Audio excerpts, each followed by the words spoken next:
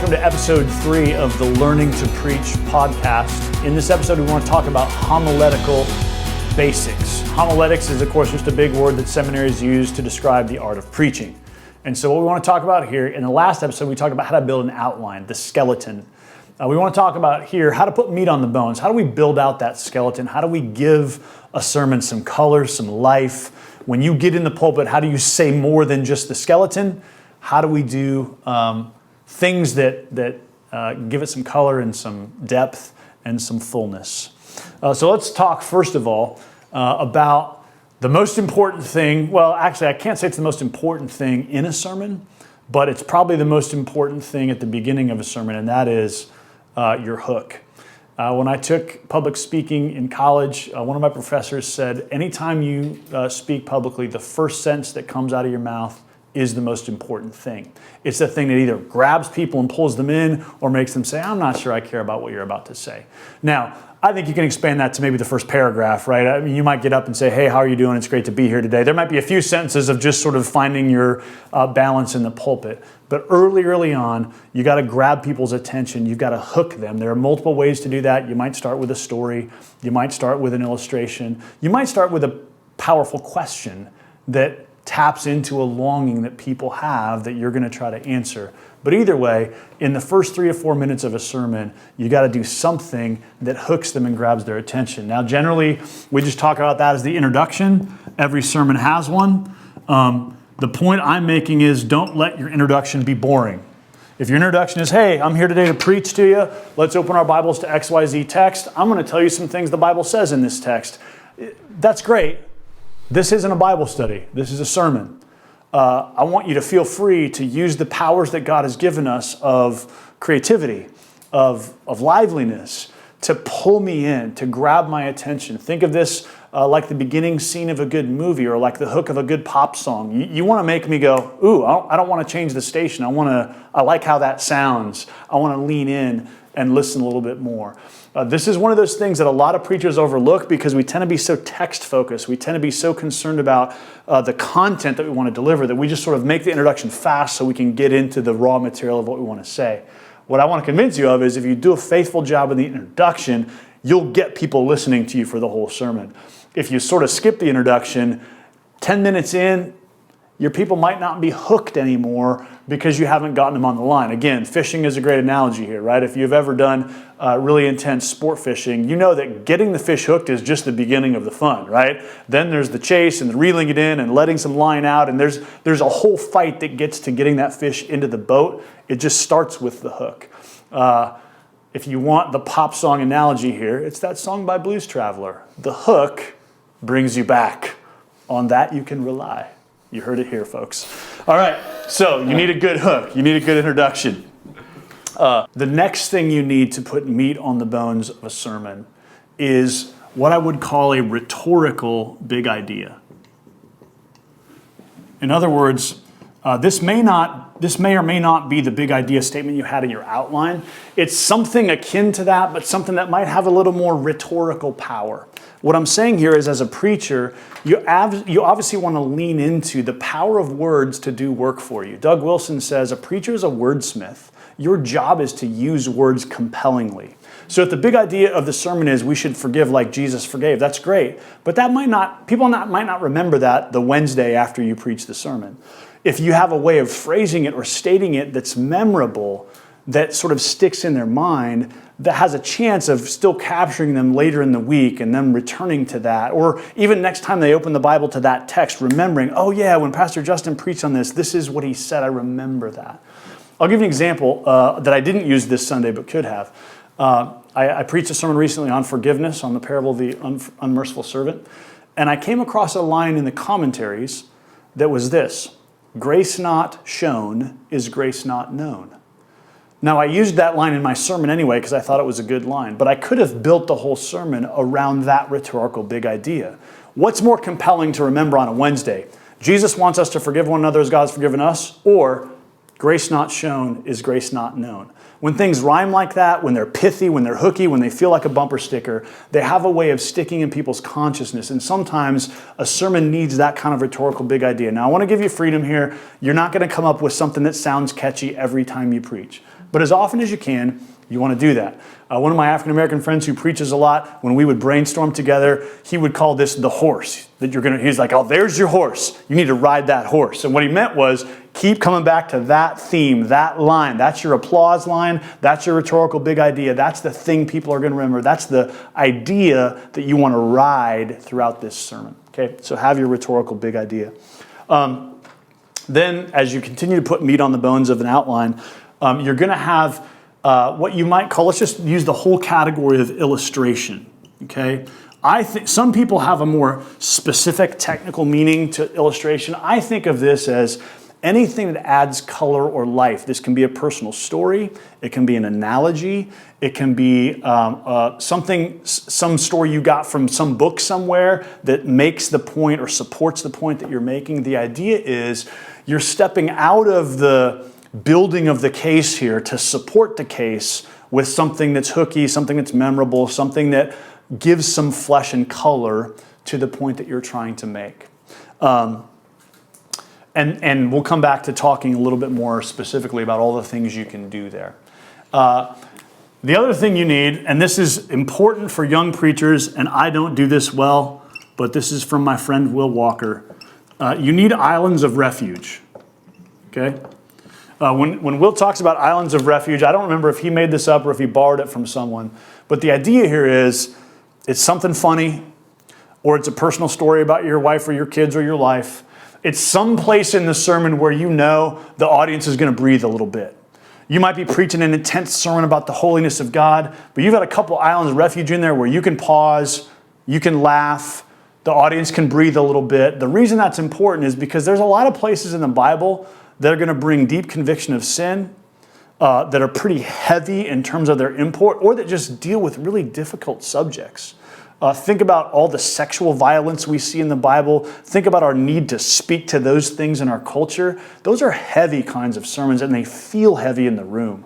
You've got to have a few moments in a sermon like that where you can find an island of refuge and just hang out there for a minute, and where your audience can experience the same thing of like, okay, that was funny, that was lighthearted, or that allows me to breathe a little bit before stepping back into this intense topic. Now again, not every sermon has an intense topic like that, but islands of refuge in a sermon are a really blessing to you because they allow you to sort of gain your composure a little bit as a preacher, turn the page of your outline, breathe for a minute, and dive back in, okay? And then finally, and this maybe isn't the only thing we'll say, but if I just want to sort of complete my list here, I would say gospel application. This is different than Christ-centered, having a Christ-centered sermon. This is just, hey, how can I speak to a practical means of application here that has the gospel at the center of it, but I might just need to say something to you as the congregation, as the audience, say, hey, here's a place where we apply, here's how this needs to speak into our lives. Here's a place where we need to live this out, where God's grace in our weakness looks like this. So this is where you're doing pastoral work, applying what you've said to the congregation. Now, this might happen within the structure of your sermon, or it might happen at the end of your sermon. There's different ways to do it, but it's an important way of putting meat on the skeleton of the outline and helping people know, here's what this looks like lived out. I had a friend at a church I used to work at, an old guy who was a manufacturing guy. He was one of the most interesting jobs I know. He was that guy that for every manufacturing plant in our city, when something broke on the assembly line, he was the guy that could get the parts to fix it. So his company was literally just him and a warehouse full of parts, and he would just get calls every day of, hey, our assembly line broke down, and he was the guy that went and fixed it. And so he used to listen to my sermons, and he's like, man, I love how you preach, but here's the thing. On Wednesday afternoon, I'm going to be fixing an assembly line somewhere, and I need to know why this matters to me there. That's the kind of thing that was really helpful to me because I can tend to be abstract and conceptual, and I like to live in a world of ideas. I need a guy that says, hey, at 3 p.m. on Wednesday, I'm going to be repairing some parts down at the Kellogg plant, and I need to know why this is going to matter to me then. You need someone like that. You need to realize there's people like that in your church, and if you don't speak to them, you're not effectively preaching the Bible. So make sure that as you apply the gospel, you're not just thinking big picture concept. You're getting down to the grassroots of the manufacturing plant down the street at 3 p.m. on a Wednesday. All right? So these are just some concepts of how we put meat on the bones of a sermon. I want to open it up to you guys now and say, where do we need to build these out, or where can we give some fuller color to each of these things? Yeah, Bob, you've talked about on illustration, especially show, don't tell, is that phrase that always stuck in my mind. That's really helpful for me because I'm especially a young guy who's trying to preach, I'm always really guilty of, I'm going to explain something, then I'm going to give my illustration, then I'm going to go back and re-explain my illustration with how, I'm just doing way too much, whereas instead of let the illustration speak for itself. People are intuitive, they'll pick up what you're laying down, just make it powerful enough and meaningful enough, and it'll work itself in. That's a place I still need to grow. So that's really good. That reminds me to say something, and that is that our tendency is to over-explain. My tendency is to over-explain. You have to remember that the human mind works about 10 to 12 times faster than our vocal cords. What that means is everybody who's listening to you is already actually further ahead. They're anticipating where you're going to go next. They're not still thinking about what you just said. So for most of the reason movies and music work like they do is because our minds can make the intuitive connections. We don't need the movie producer to make clear to us this is the villain. We've already figured out who's the villain and who's the bad guy and who's the good guy and who's the victim. We know all that when we're watching a movie scene without anybody explicitly telling us. The same thing is true in preaching. So our tendency sometimes is to over-explain. What we actually want to do is just show and let the words and the concepts do the work that they will do in the minds of the hearers.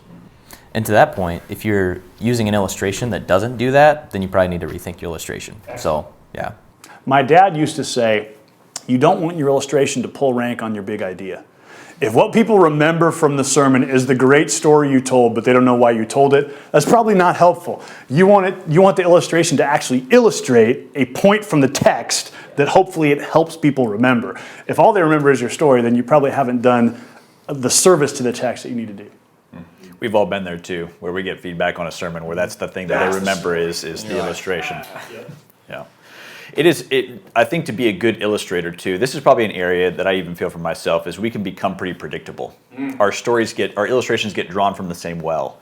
And I think being a good student of culture, reading different types of literature, watching different types of movie, talking with you mentioned the manufacturer worker, talking with a number of different people in your congregation about the work that they do, being a good student of them, I think gives you just more things to draw from.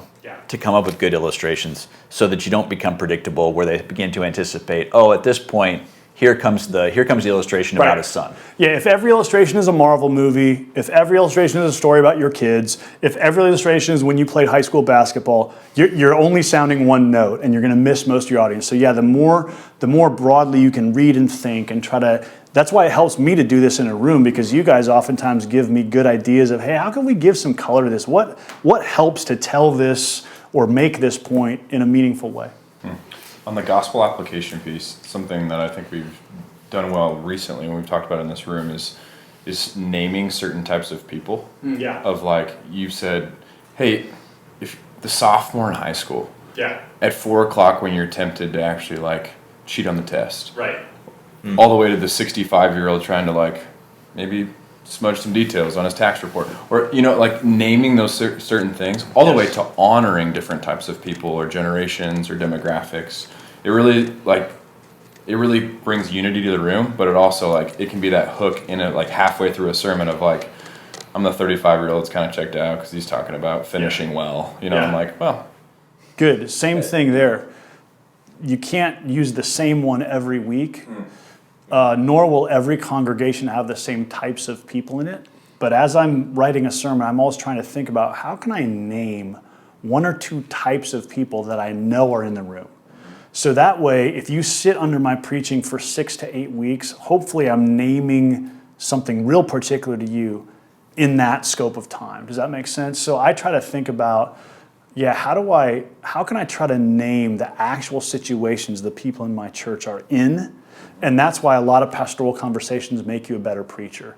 If you just know, recently we've had a lot of people laid off of work and people out, if you know that's going on in your congregation, you can just name it and it feels like you're speaking real time to the actual struggles people are having, instead of preaching a sermon that sort of hovers at 10,000 feet and is true and important, but doesn't land in people's lap in their actual experience. Yeah, you've even used this, not trick, but this practice with us, almost like inhabiting, thinking about that specific person. Yes. Yeah. And, oftentimes after we build an outline, or even in the process of building an outline, you'll say like, hey, what are the pastoral care issues on our church? And we'll think about how is, John Doe or Sarah such and such, or, Leslie, whatever, like, how is she going to hear this and what does she need to hear? Like, that's really helpful for me as I'm even up there preaching and thinking, well, hey, where's that guy sitting? Yeah. Or... Funny story. I have, in my old house, my study was in the basement, and I had on the wall, I used to have this matrix, and it basically was the vertical or the horizontal axis was different types of maturity. So non-Christian, young Christian, more mature Christian, older person in the congregation, person who's been walking with Jesus for 50 years. Okay, so that was and then the vertical was like, more like stage of life. So this one was more spiritual. This one was more like young mom, 30-something businessman, retired guy, that kind of thing. And I actually would put names from our congregation in that matrix so that as I prepped, I'd try to think about how's this point going to land with this person. So I had this thing on the wall of my study. I forgot it was there. And we had gospel community down there one night. And one of the people in my gospel community, their name was on that spot. They were like, hey, why am I in that place on your matrix? And it was kind of fun because I was like, well, you're the guy I think of when I'm thinking about that person in our church. You're the face that I have in my mind. It was really interesting. Am I wrong? Am I right? Yeah. It was a fun moment. I encourage young preachers to it's a way to keep things concrete, to think of actual people in your church that are going to hear this and what do they need from you in the pulpit in order to walk with Jesus. It's interesting. We've been working through just different phases of sermon development here, and what this seems to be doing is really forcing us to think of the sermon through the lens of the person who's listening to it, who's receiving it, which a lot of people don't have time to get there, but it's really important. And I think that's, when you can get there in your preparation, where you have time to walk through your sermon from the end user point of view, it helps you think through, okay, where do I need that island of refuge? Good. Where do I need that place of humor? Where do I need to actually let them take the deep breath and laugh, either because they're experiencing sermon fatigue, because it's just been kind of a long, heavy sermon, or I'm about to deliver a pretty hard truth that I actually need to soften that. Not soften the truth, but just soften their state of being to be able to receive it. Yes. We sometimes, I think I stole this from you IT people. Information technology also talks about the user interface or the end user. Like, it's great if I can code, but I got to make the end user be able to use my piece of code in a way that feels intuitive to them. You're doing the same thing with preaching. There's a lot of ways that sometimes we can preach to the seminary student, to the person who's really into the Bible, to people who are like us. The way to preach a sermon intelligently is to think about the end. Who's the person sitting out there listening and what do they need right now? That's how you want to learn to think as a preacher. And it takes a little bit of maturity and a little bit of practice to get there. But the more you can think about your sermons in terms of the person in the pew, the end user, the person who doesn't have your outline in their head, doesn't know what you're going to say next, but they need this truth from Scripture for their walk with God, it does help you ask better questions. Where do I need an island of refuge? Where do I need some humor? What is this person feeling right now at this point in the sermon? And how do I take that into account in what I'm about to say next? Mm-hmm. Bob, this stuff, I think, takes us from good to great is the word coming in my mind. Of our last episode, we talked a lot about this is what you learn in a class, right? Is how to exegete, how to construct a message. But here we're talking, I think the thing you encourage us to do a lot is watch comedians. Yes. So talk about delivery, talk about how do you animate it, how do you make things land in a way that's engaging and funny. And so that was helpful for me because I'm used to working on one side of my brain all the time when I'm writing a sermon. This accesses a whole different aspect of how do you tell a story? How do you draw people into the story of the Bible and make it come alive in a way that to your point that you've been saying sticks? And this is the stuff that's the hardest to learn, I think. Yeah. Justin, I remember a conversation with you years ago in our old office where I came into your office and I was like, hey, you've got the basics down now. You got to move to the place where you think of a sermon as a piece of rhetoric. Because it was clear to me, you can work an outline, you can communicate. Now you got to start thinking about how the words you're using, have power, and how do I say them better, differently, more creatively, more cleverly. That there comes a point in development where you can move from, can I do the basics, to, it's like teaching a kid to play baseball, right? It's not anymore, can you swing and hit the ball? Now it's like, all right, how do you think about hitting the opposite field or hitting a curveball? You're at that place where you need to think about the power of rhetoric. And I remember that conversation because it was sort of like, hey, you're free now to like think about the next thing, the sort of creativity aspect a little more intelligently. All right, so there's some of our best stuff on homiletical basics. Maybe you'll find it helpful, maybe it's really basic, and hopefully it feels fairly basic. But that's where we're going to leave you for this episode. Thanks for joining us. We'll see you again next time.